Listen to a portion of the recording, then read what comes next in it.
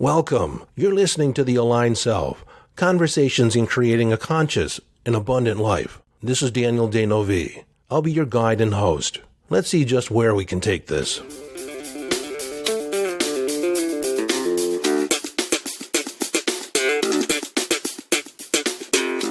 Hello, friend, and welcome back to the conversation. I should be welcoming myself back because I've been vacant for a week. For one reason or another, we have not had internet here at the house, and cell service is a little sketchy. Some days I have 3 bars, and other days I might have 1, depending on where I'm standing in the house. And so without Wi-Fi assist, it's sometimes difficult for me to utilize or access the web. And so I decided to take the week off. By and large, I moved a lot of my appointments into this week, and I began thinking about what lie ahead for me and the podcast and my business. Now, I don't know if you've noticed, but the episode number for this episode is 245. So we're coming up on 250, and we're also coming up on our 2-year birthday, which is April 16th.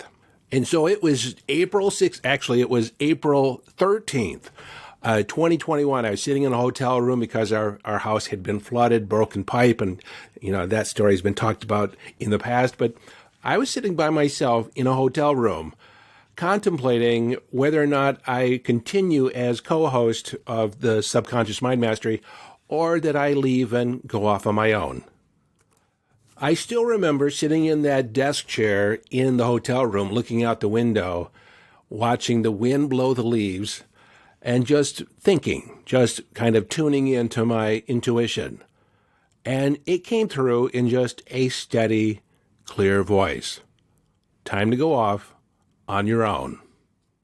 So in a matter of 2 days, I had my logo, I had the name, I got my account with my hosting service, and I uploaded my initial episode so I could populate through Apple and Spotify and all these different places to where the official day is April 16th. So I guess my podcast is an Aries, which is interesting because I don't have Aries in any of my planets.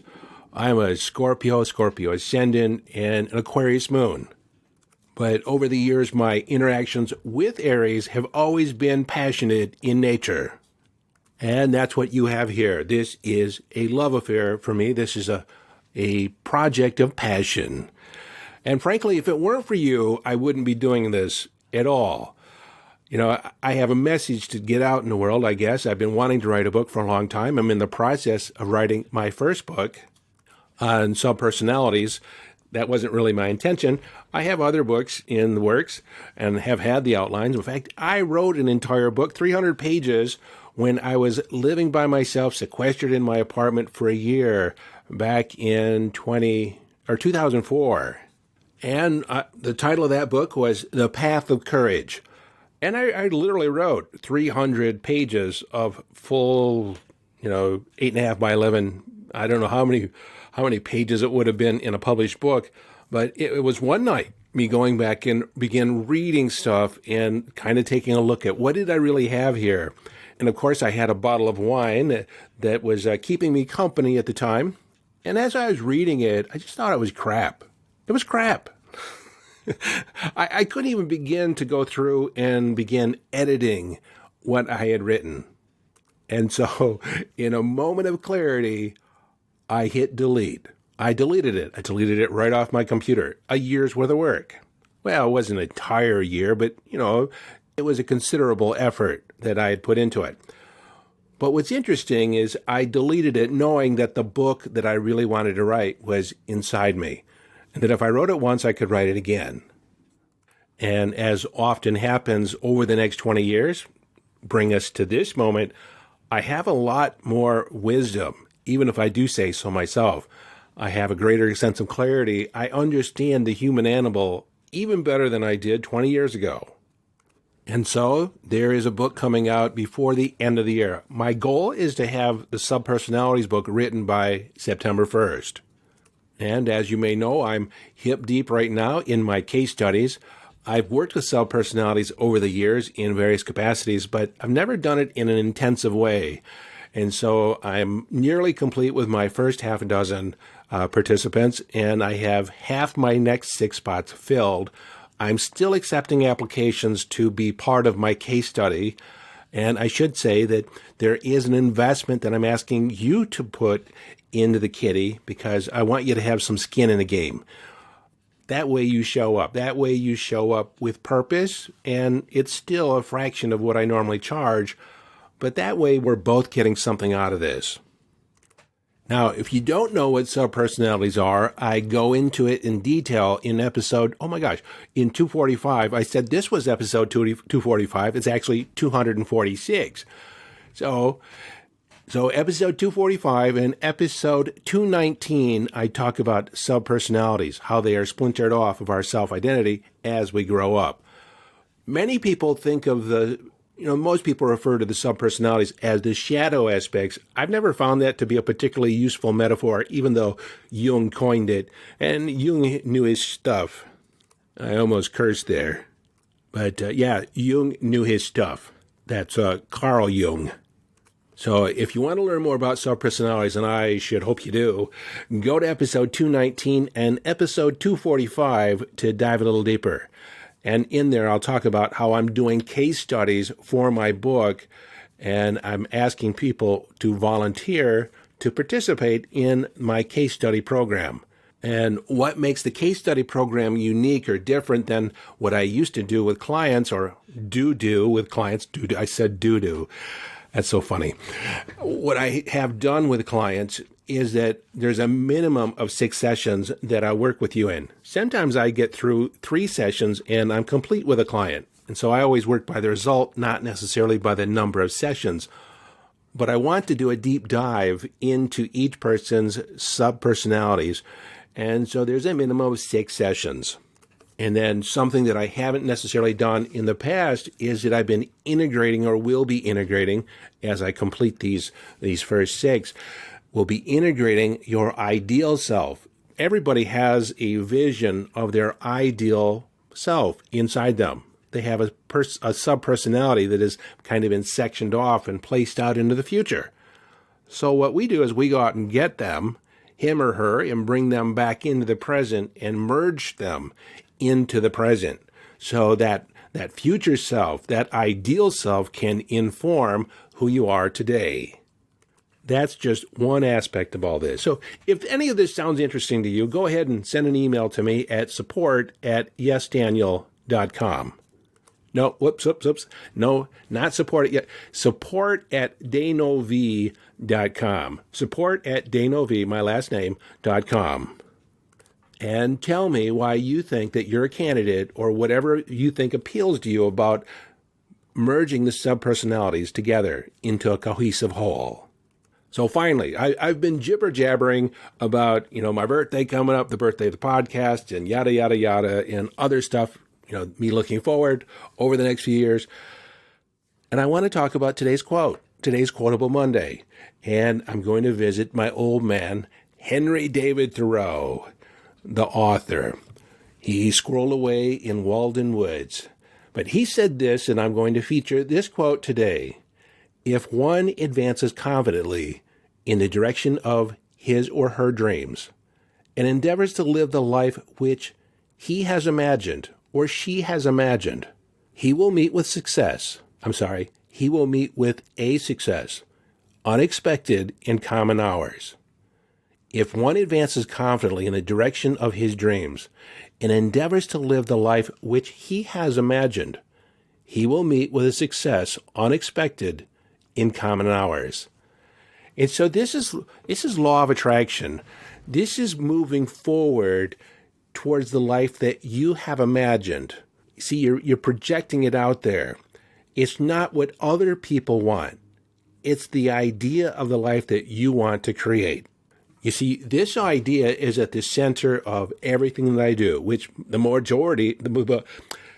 having trouble spitting stuff out. The majority of the things that I involve myself in have to do with self-identity, self-concept, because that is at the center of your life. Who you think you are governs everything. And so in my program, The Aligned Self, You get to recreate yourself from the inside out, because most people live a life that from haphazard construction, they have an idea about themselves, a self-identity that they inherited from your parents, from your peers, from your teachers. They've labeled you in one way or another. You've labeled yourself based on past expectations or past successes. And you said, that's who I am. That's what I excel at. And frankly, I've always wanted to live in the realm of what's possible. Who could I be? I have no idea what I can do. And it's interesting. Here I am at 60-something, early 60s, and I can't remember now. That's good. There was a time when I could not remember how old I was. Then I turned 60, and suddenly I knew what age I was all the time, and I didn't like that. So I'm in my early 60s, and I'm still learning stuff. I'm still growing. I'm still expanding. And, at age 30, it was really hard for me to imagine what life would be like at age 60. It's not that difficult for me to look back at 30 from where I am. And I remember all the steps. I remember how things were. And I'm looking at the next 30 or 40 or 50 years. And, with technology, with science is where it is, as long as I stay away from the doctors, I'll live to be another 60 years old. And so I'm in the imagining of just what can I create. But Thoreau says to move in the direction, to advance confidently, to move forward as if you know where you're going, you know what you're doing. And I have to tell you, when you're a leader and you declare yourself a leader, I've been in management, I've been in positions of leadership, and I'm even a leader here. I'm a leader in my life. Many times you don't know what the hell you're doing. You just know that you're in a position that you're holding the torch and you're being a way shower. And so you follow your intuition. You advance confidently because no one follows someone that is timid. But no one in the position of leadership has all the answers. And if they're smart, they ask their constituents, they ask their followers, they ask the people around them, what's your idea? What do you think? And then in the position of leadership, you say, okay, let's go that way. But when we move confidently in the direction of our dreams, not somebody else's dreams, and I said that before, but you determine what success means to you. What is it that you want to create? And hopefully it's an original story. It's the story of your self-expression, as I like to put it. It can be something that nobody has ever seen. But chances are there's been enough people on the planet that somebody somewhere on the planet has done something similar to what you want to create.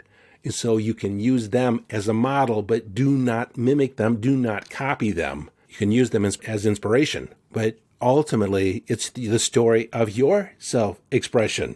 It's the story of what you want to do. What kind of imprint, what kind of impact do you want to make? And not that you have to change the world. You don't have to change society to leave an impact. You can do so with just the 3 or 4 people around you, your family, your loved ones, your friends. And there's a ripple effect that will go out in all directions. You don't have to reach the masses. Because if you think about it, Christ didn't actually reach that many people. Even the Sermon on the Mount, supposedly there were thousands of people. But, and I joke with my wife on this, when they have the big army scenes and you have the man on the white horse riding back and forth in front of the army, giving his speech. Of course, you can hear him because we're listening to him. But I can just imagine the people on the back, the guys in the back, because there's not many women on the battlefield that time. The guys in the back, what'd he say? What'd he say? Did anyone hear that? I see his lips moving, but I don't know what he's saying. And then everyone's yelling. And then you join yelling. You don't know what you're yelling about, but you didn't hear the speech. So the people sitting in the back, they didn't hear Jesus. They didn't. I'm sure they're back there eating some of the fish and the bread, and but they didn't hear the Sermon on the Mount. They're sitting back there. What did he say? I don't know. It was just a good time had by all. You see, you don't have to reach multitudes. You just influence the people around you. Be a leader. Be expressive. Make an impact. Have a life of relevance. And how and what that means is determined by you. I hope to God, or whoever, I hope that you do not measure your life by external standards, by other people's qualifications. How much money did you make? What's your net worth? How many friends do you have? How many followers? Who cares? It's, are you making a difference in the way that you want to make it? See, this is self-determination. This is deciding what you want your life to be, not ascribing to somebody else's idea of what a magnificent or an epic adventure really is. You get to say, and you endeavor to live the life in which you have imagined. If you do that and advance confidently, you will meet a success unexpected in common hours, meaning that you cannot see the maximum impact that you will make. You will not see all the synchronicity acts that come together. You will have the support of the angels. You will have the support of the universe behind you as you move confidently in the direction of your dreams. And so if there's any message here that I want you to get and I want you to take away is, do not sit back and wait. And this is probably why I talked about the podcast early on, that I had listened to podcasts since 2011. Someday I'll have my podcast. Someday I'll move forward. And I kept putting it off. I was a guest on several podcasts. I think I was a guest for the first time on 2012. I hope that episode has disappeared. It was horrible. I didn't know what to say. I had those long pauses as I thought about what I was going to say. But in the back of my mind, I knew that I was going to have a podcast, and I've always known that I was going to write a book, even after the one that I deleted. But what you don't realize, sitting at home or sitting like, someday I'm going to do this, someday I'm going to do that. You don't realize that people are waiting for you. People need to hear what you have to say. It has blown me away, the number of people that said, you saved my life. I found your episode when I was at my lowest point, or such and such an episode, and it changed everything. I think I remember one of my clients said that she found me by Googling or looking for a podcast about people, why people suck. Because in her mind, everyone in her life sucked. Like, why do people suck? And so what came up, and I was curious which episode came up when she was looking for that. And that was the one back at near just before Christmas time, I think a year ago, maybe. I don't know. I forget when, but are people sucking your energy?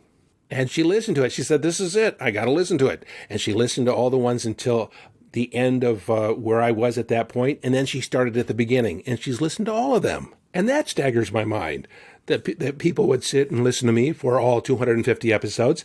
I know some of you come and go. Some of you have listened to some of them. So if you haven't listened to all of them yet, don't feel bad. You'll get around to it. I know you will. But the message is, don't wait. If you think you have a message within you, get in alignment, get out there and say it. Start doing something to express yourself, and just follow a lot of the guidance that I have inside this podcast of all the episodes and how I end every episode. Live your life from inner signals. Be inner directed. Don't listen to the naysayers out there. Don't worry about who you're going to impress. Don't look at the followers. Do it from inner guidance. Follow your inner directedness. Follow your intuition. It will not lead you wrong. And the process is the epic adventure. Because you see, you don't do it to arrive at the destination. Ultimately, you kind of do. But once you get there, you set a new intention. You set a new destination. The real excitement, the real adventure, the epic adventure is the journey. It's how you handle the upsets. It's how you handle the defeat. It's how you handle sitting by yourself in your office, speaking into a microphone, imagining the people that you're talking to. You see, all that for me has been born out of the question is, how can I have a life of relevance?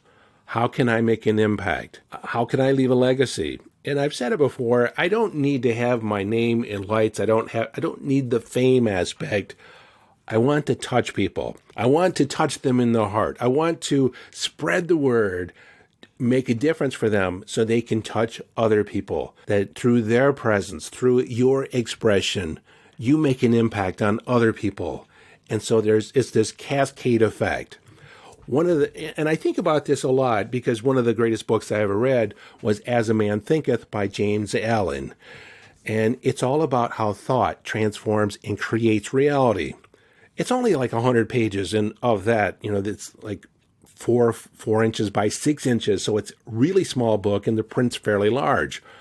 And so there's not a lot of words. You can read it in a couple hours if you can get around the Old English, because he wrote this in 1896. And so James Allen wrote this little book as a result of his meditating in the hills around where he lived in England, and he almost didn't publish it. He didn't think it was worth it. And through urging of friends and his wife, he went ahead and published it, and it was his most successful book. But here we are, over 120-some years later, and I'm referring to James Allen. The words and the inspiration that he put to paper, and I'm sure it didn't go out to everyone, and it wasn't an immediate bestseller. It was given to people word of mouth. And while I know his name, I have no idea what it looks like. I don't know what his wife's name. I don't know where he lived. So his ideas made a difference. We all stand on the shoulders of giants. I stand on the shoulders of Wayne Dyer and Deepak Chopra. I listened to both those guys when they were just releasing their first book, and they talked about things differently then. I saw Wayne Dyer the first time when I was 18 years old in Ford Auditorium in downtown Detroit, and he was talking about your erroneous zones. He was talking about selling his book out of the trunk of his car. I saw Deepak Chopra speak at a Unity Church in Flint, Michigan, and there was maybe 100 people in the audience. Got to shake his hand afterwards, and he signed my book. I met Sonia Choquette when she was first getting started, when she first released her book, Trust Your Vibes. And I met her at a workshop that I was consuming a lot of information from, Carolyn Mace. Her book, Anatomy of the Spirit, influenced me greatly. And then there was Neil Donald Walsh, and I got to meet him at a Unity Church in Dallas. And then it just goes on and on. And then there's the woman that wrote the book that I read in 1973. Well, there's two books that I really read that made a difference for me in 73. But the one I don't even know the title of. All I remember is one little paragraph. And it said that the world is a mirror of your mind. And I got it. I understood it. I immediately knew, yes, everything I see out there is just a mirror or reflection of my own thinking. Change my thinking, change the world. I read that when I was 13 years old, and it made a profound difference for me. I have no idea what her name was. I have no idea what the title of the book was. I just remember that one phrase, that one line. But she made a difference for me. Had she not written her book, had she not written it at all, I would not have gotten it. There's aspects. I mean, that sentence, that line has carried me for 30, 40 years. That's the kind of difference I want to make, though. I want people to remember the content. You don't need to remember my name. Like I heard some guy on a podcast, and he said this, and it changed my life. I want to be that guy. You don't need to remember my name, though. Now, before that, I talked about, the question of, what is potential, fulfilling on my potential, and then finding the quote in the book by George Leonard, The Ultimate Athlete. And the question was, how do I fulfill on my potential? What is potential? And this is where the Bible verse, ask and you shall receive, knock and the door shall be opened unto you. For 2 weeks, I was asking everybody, what does potential mean? And nobody could give me a definition that resonated with me until the universe conspired and somebody on the other side of the stack of books in the library, they shoved a book on the other side, and this book fell down at my feet. Picked it up. It had a man, outstretched arms, psychedelic colors. It was the 70s after all, tail end of the 60s, and The Ultimate Athlete. And I thought this looked cool. I was just getting in athletics. I was just starting to play basketball. I was horrible, but and I wanted to be better. How do I become better? So I started flipping through the pages, and then this paragraph interacted with me. It is as if it rose up off the page. And it said, the ceiling to your potential is built the moment you say, I can't.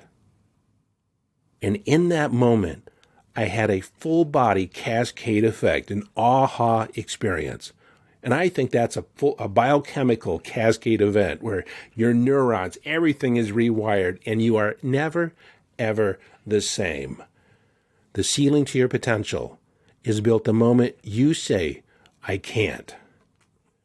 If one advances confidently in the direction of his or her dreams and endeavors to live the life which they have imagined, they will meet with a success unexpected in common hours. So as you move confidently, you don't think about failing. You don't think about stumbling. You think about succeeding. You think about reaching for the brass ring. You think about moving forward and actually achieving the life of your dreams. And of course, you're going to stumble. Of course, there's going to be things that happen. But you will find success in uncommon hour. You will find support. You will find synchronicity. The universe has your back. It has had mine. 99% of my journey, I've not known what I'm doing. I have a good idea. My intuition has informed me in my later years to move in a direction, and it feels more right, feels more clear than it ever has before. But still, there's no assurances, there's no guarantees. And Zig Ziglar said this, and I'm quoting several people today, but Zig said this: you don't sit at home waiting for all the lights to be green before you leave the house. You know you're going to leave the house, and there's going to be a stop sign, there's going to be a detour, there's going to be stoplights, there's going to be traffic. You just handle it. You don't wait until all the lights are green. You go. You go. As one advances confidently in the direction of their dreams, align yourself. Align your mind, your heart, and body, and start moving in the direction of your dreams. Alignment is key. I would have made better progress if I was more aligned when I was younger. But I was what I was. It was what it was. I did what I did. I learned what I learned along the way. That was the epic adventure. You see, that is the epic adventure. It is the stumbling. It's moving in the direction of your dreams, towards the life that you have imagined, the success that you have defined for yourself. Until next time, this is your friend and host, Daniel Danovi, urging you to follow your bliss. Live your life from inner signals. Be inner directed as you engage in the epic adventure.